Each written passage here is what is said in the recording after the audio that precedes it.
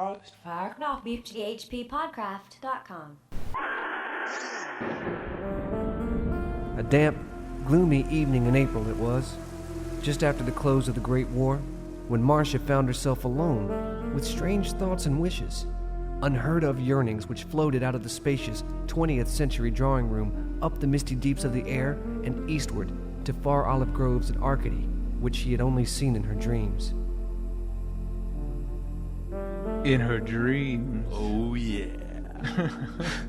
Ladies and gentlemen, welcome to Your Dream. I'm Chad Pfeiffer. And I'm Chris Lackey. And this is the H.P. Lovecraft Literary Podcast. At hppodcraft.com. That was our awesome reader this week, Mr. Billy Flynn, who is one of the hosts, in my opinion, the host of GeekRadioDaily.com, which is an awesome podcast. I listen to it daily. Billy was reading from Poetry and the Gods, which we are covering today, as well as another story, the pronunciation of which everybody's up in the air about. Yeah, Celephais? Billy actually says Celephais. Celephais, which might actually be correct. It might be. Actually, I don't know if any pronunciation is correct, because it's a dream city. It is a dream city. And as we all know, today we're talking about dreams. Dreams. You know, that first paragraph that Billy read actually is kind of a tip-off right away, though, that Poetry and the Gods, which is the first story we're covering, is a collaboration. I think it's that the main character's named Marcia. Well, she's a woman. Yes. Yes, that's kind of the big... It's kind of a tip-off. And even the way that it's sort of written kind of makes me believe that the collaborator, Anna Helen Crofts, was the one who perhaps wrote this passage. You know, little is known about her. She's only written a few stories, and nobody really knows anything about her. Lovecraft never talked about her in any of his correspondence. So she's a bit of a mystery. Well, it's strange because somebody actually asked if we were doing collaborations as well. Oh, yeah. And, we are if we want to. There's really no rules, but we did actually gloss over an earlier collaboration. When we did Beyond the Wall of Sleep, we talked about the Green Meadow really briefly, and that was something he'd written with a woman named Winifred Jackson, who was a poet that I believe he was corresponding with at the same time he's corresponding with Croft. Now, there's a lot that's known about Winifred, right? But Anna Helen Crofts is mystery. And we'll talk more about Winifred when we get to a story called The Crawling Chaos, because she actually collaborated with him another time. And there's some interesting things about her life. Oh, yes. But this one we don't know much about. Yeah, so we're gonna jump into what this story's about. So we've got Marcia. It's about yes, this one young woman, Marcia. It's right after the Great War. And she feels a little out of time. Like she feels like out of place. Right. She's in her drawing room, and she's reclining on a soft divan by a lamp. Which is, her description comes off kind of sexy to me. She does. Go ahead, give that a read. Attired simply in a low-cut evening dress of black, she appeared outwardly a typical product of modern civilization. But tonight, she felt the immeasurable gulf that separated her soul from all her prosaic surroundings. I imagine her sitting there with a glass of wine. Yeah. It's like the beginning of a vignette in like a Cinemax late-night movie. I wouldn't know about those, She Chad. drifts off and there's a crossfade, and then we see Lovecraft chopping wood. His shirt's off. She's bringing up some lemonade. Except it's like a bad budget, so it's just somebody's backyard in Reseda somewhere. But anyway, there was a little line about Marcia's domestic life I like. It says... Was it because of the strange home in which she lived, that abode of coldness where relations were always strained and the inmates scarcely more than strangers? Not fitting in with her family, even. No, it's not working out for her. And it's not just her family, it goes on to say... Was it that? Or was it some greater and less explicable misplacement in time and space, whereby she had been born too late, too early, or too far away from the haunts of her spirit, ever to harmonize with the unbeautiful things of contemporary reality? Unbeautiful things. Yeah. This is kind of the theme of both the stories we're covering today, it is. And the ugliness of life. Yeah. And the quest for beauty in dreams. Yeah. And belonging. And belonging. Yeah. And that's why that last paragraph kind of makes me a little sad. Yeah. It's that feeling that you're out of sync and you don't fit in. Psychology 101, they talk about how people have an internal locus of control where they think that they're responsible for everything that happens in their life. And then there's people that have external locus of control where they kind of feel like everything's caused by other people. Right. All their misfortunes. The external locus of control is what's frequently expressed by artists who maybe don't feel like they fit in. I think of like that suicidal tendency song, Institutionalized, where he says, I went to your schools and I went to your churches and that's why I'm crazy, But with Lovecraft, it's almost this like cosmic locus of control. He's out of sync with time and space and everything. Yeah. He is kind of, in a way, sort of a rebel. Mm-hmm. He doesn't fit in. And he's fighting to make his own place or find his own place. And by fighting, I mean writing poems and letters. Well, anyway, our character, Marcia, she doesn't want to feel this way. No. So it says, to dispel the mood which was engulfing her more deeply each moment, she took a magazine from the table and searched for some healing bit of poetry. Yeah, so she just picked up a mag and was like, hey, I'm going to look for some poetry and make me feel a little bit better. Because it's poetry that helps her out. Not unlike me sitting down and listening to a Cure album. Or exactly. It transports you to a sort of different place. So she flips pages in the magazine. She comes across a bit of free verse that she likes, even though she thinks that free verse is normally lame. And I almost feel like Lovecraft knocked the pen out of her hand when she started talking about free verse. Like the next couple sentences, he's like, which is of course stupid, and I normally hate it because people that write that kind of verse can't do math. Yeah, Lovecraft hated free verse. Common knowledge there. But anyway, continue. Well, so she reads this poem about a moon over Japan, the tropics, and China, and it soothes her into this dreamlike state. And again, the poem I thought was just a little on the sexy side. Yeah, it's a little sexy. A little excerpt. Moon over the tropics, a white curved bud, opening its petals slowly in the warmth of heaven. The air is full of odors and languorous warm sounds. A flute drones its insect music to the night, below the curving moon petal of the heavens. Now see, that's got to be coming from Anna. I'm guessing, yeah. It feels so sexual. It's like a Sade song. Yeah. It is not. It's not unlike a Sade song. So she goes into some, she just kind of drifts off, and when she comes to, she is in a mist, and then a dude shows up, and this dude has got some winged sandals on. Yeah. Sound familiar? Yeah, he's got Caduceus in his hand. Yeah. It's Hermes. It's Hermes. The god Hermes. Yeah, he's there. Yo, what up, baby? Which is pretty. And he drops a pretty important piece of info. Yes, he does. He says, in thy yearning hast thou divined what no mortal else, saving only a few whom the world rejects, remembereth, that the gods were never dead, but only sleeping the sleep and dreaming the dreams of gods in lotus-filled Hesperion gardens beyond the golden sunset. And now draweth nigh the time of their awakening, when coldness and ugliness shall perish, and Zeus sit once more on Olympus. That's a little more like lyrics from a Man-O-War song or something, man. Well, when I read this, what popped into my head? What? The Call of Cthulhu. Yeah.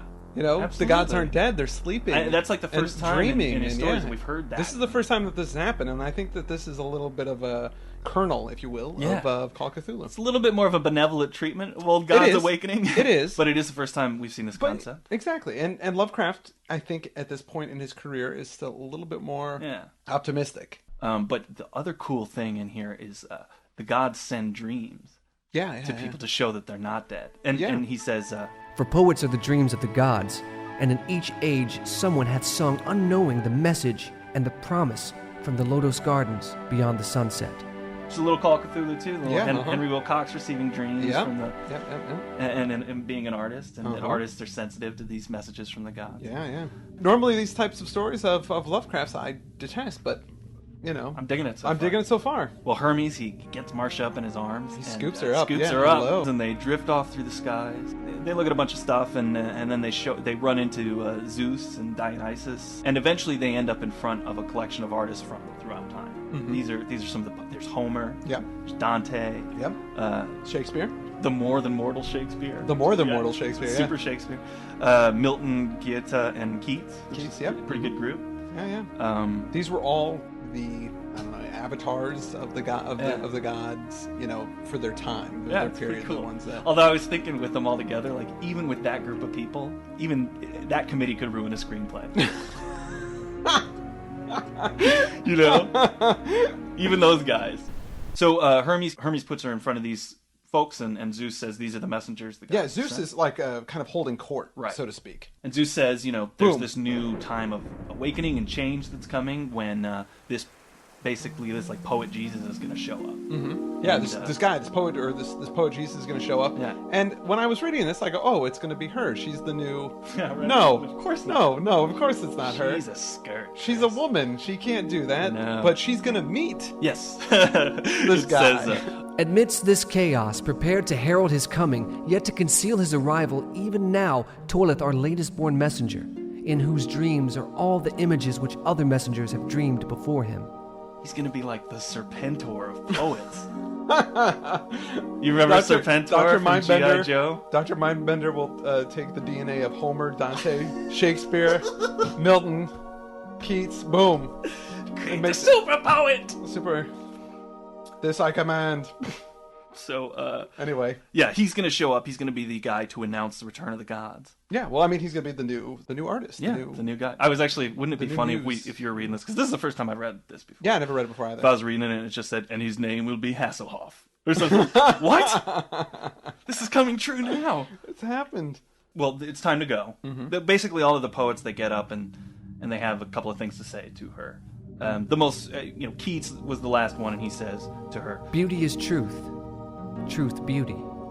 That is all ye know on earth, and all ye need to know." Mm-hmm. Nice. Yeah. We cut ahead years, and she's with a man, and the man is a musician.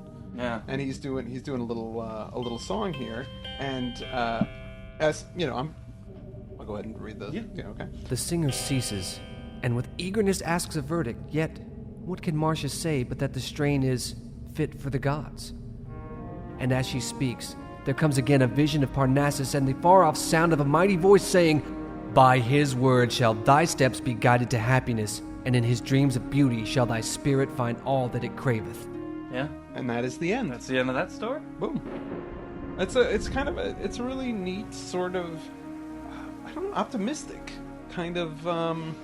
Yeah, I thought it was a bit wanky with all the classical allusions, but it actually reminded me of. I've been looking at this book Lovecraft Unbound that Dark Horse is releasing. Oh yeah, it's an anthology. Mm-hmm. Yeah. It's an anthology. It's got a lot of new stories. Mm-hmm. There's Michael Chabon's in there and Joyce Carol Oates. There's an author named Mark Laidlaw who does he's a novelist, does one of the stories in there, but he, in his little authorial note at the end of his story, he wrote, "Remember that as Lovecraft beat the twilit byways of New England, looking for insights that must remain nameless and ineffable, to be spied just beyond the limits of our capacity for knowledge, he found not only horror, but beauty." Yeah. I thought that was a good expression of what we're talking about. Yeah, absolutely. That's true, and I think it's really displayed in our next story. Yeah, so let's move right into it because it covers some of the same ground. Albeit much more in Lovecraft's voice. Yes. In a dream, Kuranes saw the city in the valley, and the sea coast beyond, and the snowy peak overlooking the sea, and the gaily painted galleys that sail out of the harbor toward the distant regions where the sea meets the sky. In a dream, it was also that he came by his name of Kuranes, for when awake he was called by another name. Perhaps it was natural for him to dream a new name, for he was the last of his family, and alone among the indifferent millions of London. So there were not many to speak to him and remind him who he had been. His money and lands were gone, and he did not care for the ways of people about him, but preferred to dream and write of his dreams. Okay, so it's Lovecraft again as the protagonist. Yeah, back to Lovecraft. Maybe kind of, I was like, what's Anna doing, man? I liked Marcia. There was a little... There's a bit of it changed things up a bit. Yeah, I like that. I just saw Anvil, the story of Anvil. Oh, right, yeah. Last night. And, the movie's awesome. So I've filtered all of my thoughts about the story through this. So I just have to admit, which isn't that bad, because I will say that if there's one community of people who have a lot of love for Lovecraft, it's the metal community. It is the metal community. I want to give a shout out. The DVD came out this week, and they're showing it on VH1. If anybody hasn't seen it, please see Anvil, the story of Anvil. It's an actual documentary about this heavy metal band that almost was successful in the late 80s, but never quite made it, and they're still trying to make it. Yeah. And it's both sad and inspiring in equal proportions. And they're trying to live as artists, but they have to deal with their crappy jobs. And it's funny. It's entertaining. Yeah. And I think it really addresses some of the things we're talking about. It does. It really does. So check it out. But to get back to the story. Kuranes was not modern and did not think like others who wrote. Whilst they strove to strip from life its embroidered robes of myth and to shew in naked ugliness the foul thing that is reality, Kuranes sought for beauty alone.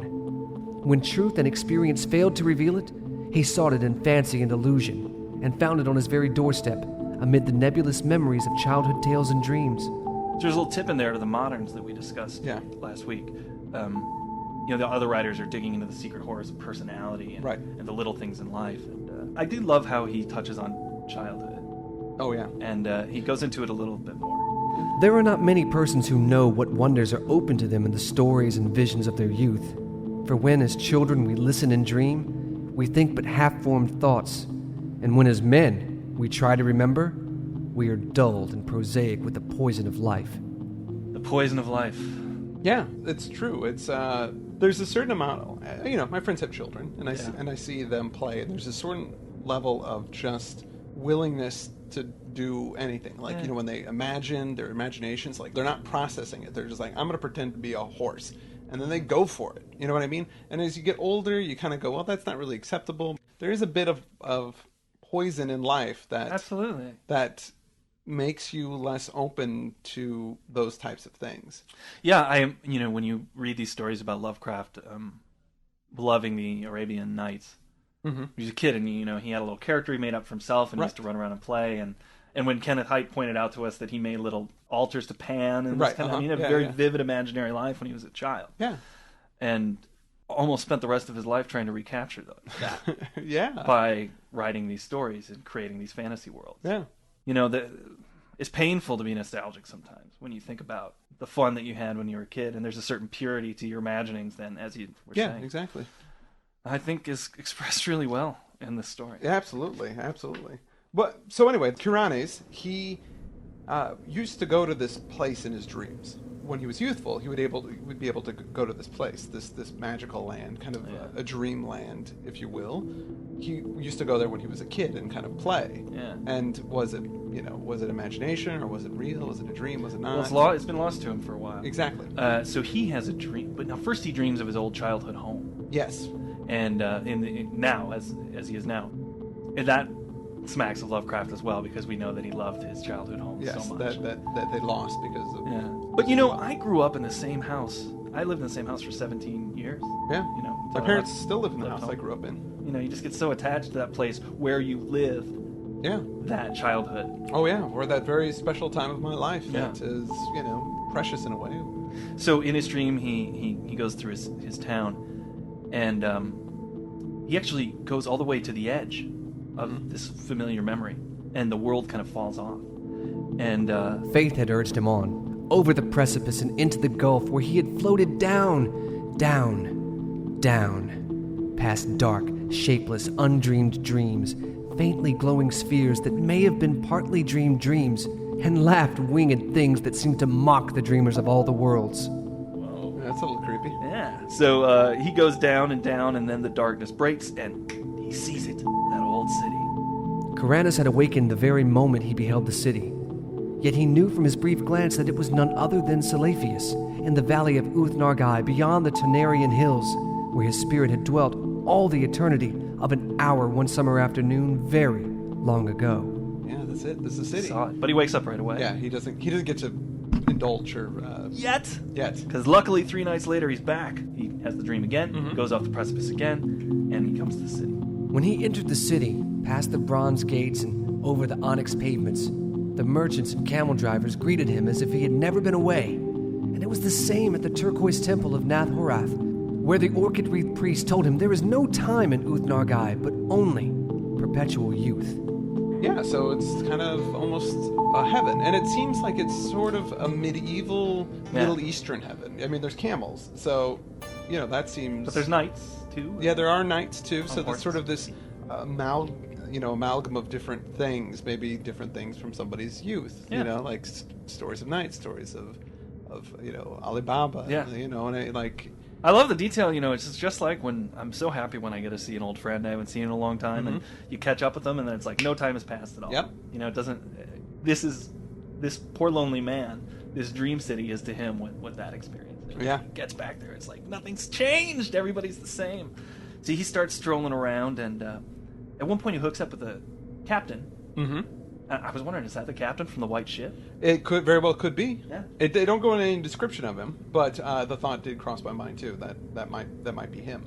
And it is a flying boat, I believe that it is. Yeah, it gets on the water and then it goes up into the sky. Yeah. Luckily, because he's headed up there to the sort of sister city of Celephais. Yes, Seranian. Seranian. Yeah, which is kind of billowy. It's a billowy surrounding. Well, it's like Cloud City from Empire Strikes Back, but maybe a more classical version of that. Right.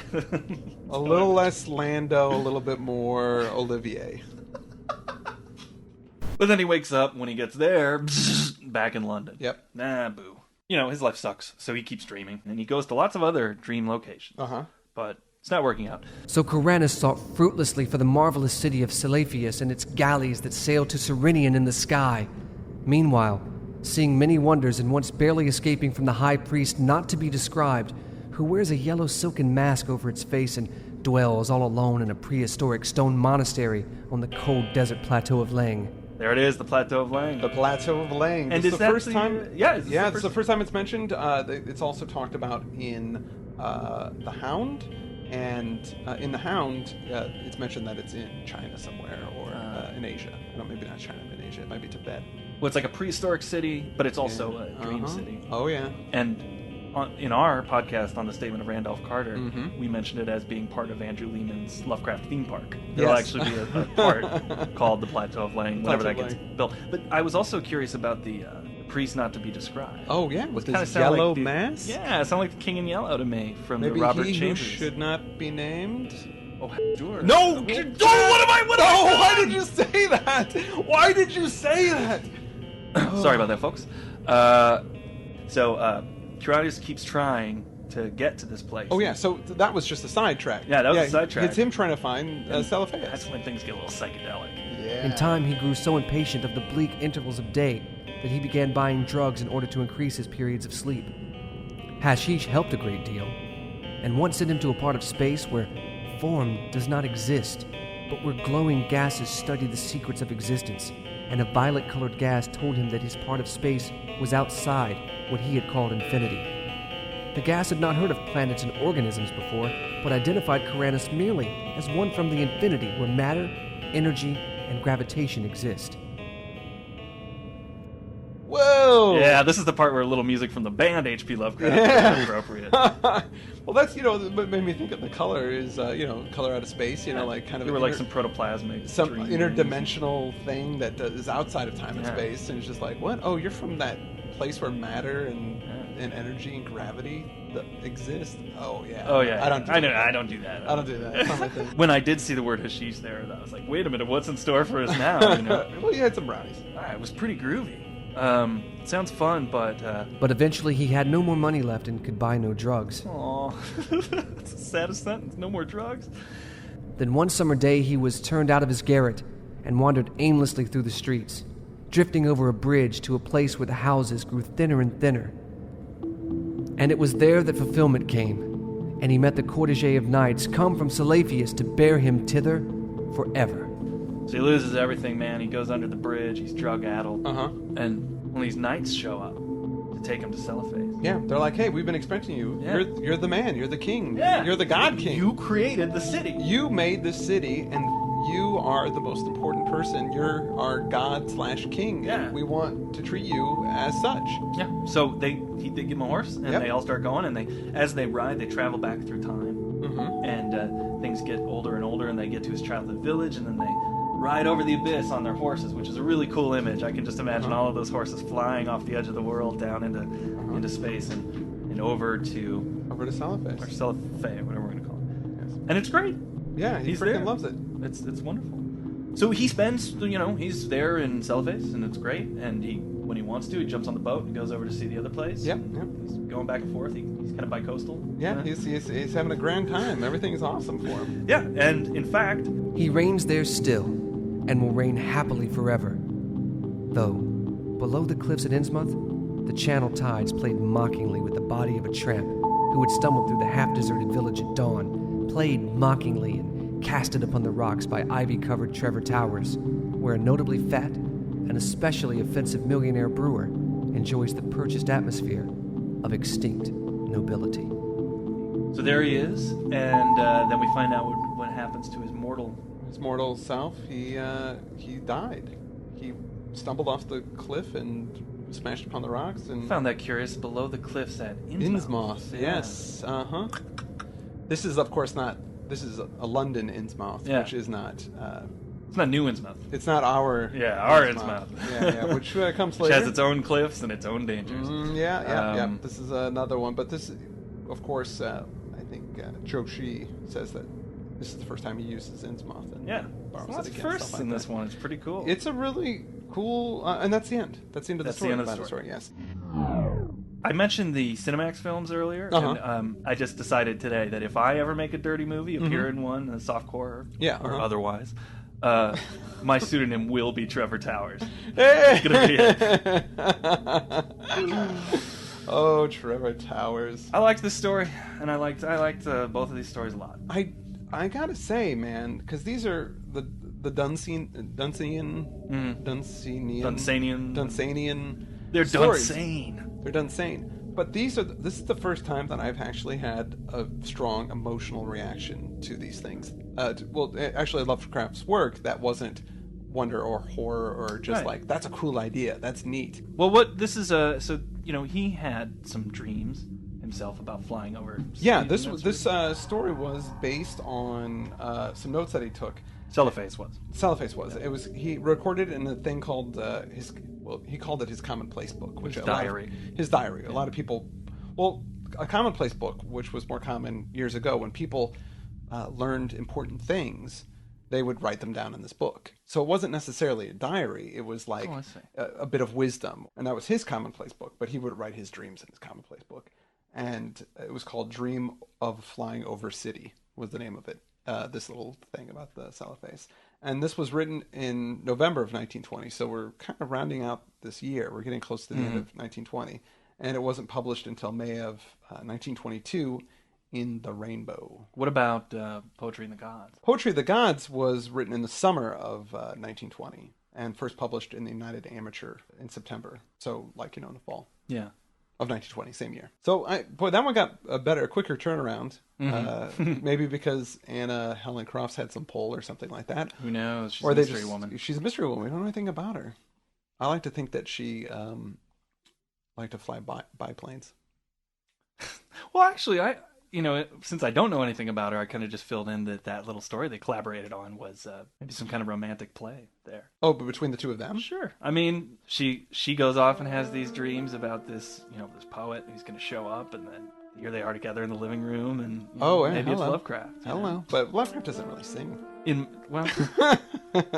chops some wood out in the backyard. He does chop some wood. That's not anywhere in the story, Chad. I think that's just in my mind. Something that you've done. It's in Lovecraft by Night. Lovecraft. That new movie I'm working on in my head right now, directed by Trevor Towers. Oh. Hey, I did, when I was trying to look up these women, I found this really cool blog called H.P. Lovecraft and His Legacy by this guy named Chris Paredes. Oh, yeah, no. Only scratched the surface on it, but it looks pretty great. He had information about both of these authoresses, these poets. And I'm going to read some more of his stuff, but I'll put the link in the show notes. Yeah, okay, cool. Yeah, I haven't read him yet. And I haven't either. I just came across it today. It's a shame that you just decided to bring this up to me now, and right as we're doing the podcast. Sorry, man. I feel like a jerk. I'm sorry. Guy's name that you just said. What was his name again? Chris Paredes. Chris Paredes? Perrides. Paredes. Chris, I'm sorry that I've just heard about you, and I'm going to check you out. You know what? I apologize to everybody. This was a bad move on my part, and good job. I mean, I was pleasantly surprised by these stories, and next week we're doing a story that I'm quite familiar with, From Beyond. Oh, cool! From Beyond. From Beyond is kind of, I think, a big story for Lovecraft in his career. But we'll talk about it next week. Yeah, well, I'm looking forward to it. I just want to throw out there real quick. Chris and I made a pilot for a television show called The Ward. Yes, we did. And it's sort of a Lovecraftian sitcom, if you can imagine that. With David Robertson. That's right, with David Robertson, who was the cinematographer and editor of the Call of Cthulhu movie, yes. And he shot this beauty for us, and it's going to be playing on October 23rd as part of the Vampire Film Festival. Down in New Orleans. In New Orleans. You can go to vampirefilmfestival.com to get details. Again, it's called The Ward. I will probably be there. It's going to be we're opening up the festival on the evening of October 23rd. As I said, it's a Friday. We're playing right before the feature. But you can get details on the site. Yeah. and we'll talk about it a little more as time Absolutely. goes on. Also, if you don't mind, please go to iTunes, give us a positive review, and write a little something. And we can also be found on Facebook. Just do a search for the H.P. Lovecraft Literary Podcast and become a friend. And any cool Lovecraft things that pop up, we put a little information there. And of course, we have our forums. And any other comments you want to make, just go for it. Yeah, man. We appreciate it. We really do. I love it. So I'm Chris Lackey. I'm Chad Pfeiffer. And this is the H.P. Lovecraft Literary Podcast. hppodcraft.com.